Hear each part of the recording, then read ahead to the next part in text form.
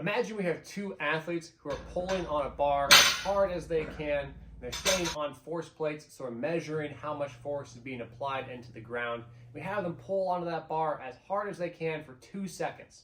Now, what you might find out is the person who has the most amount of force at the very end, after 2 seconds to pull as hard as they can, might not be the same person who produced the most force in, say, the first quarter of a second, that very initial burst. So what that tells us is there's some different underlying neurological muscular mechanisms that are responsible for how we display force.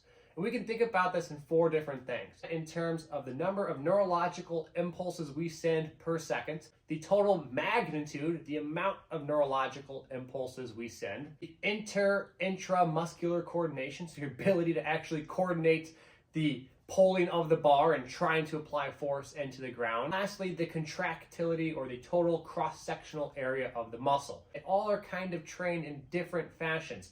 Intramuscular coordination might be like the skill of the movement.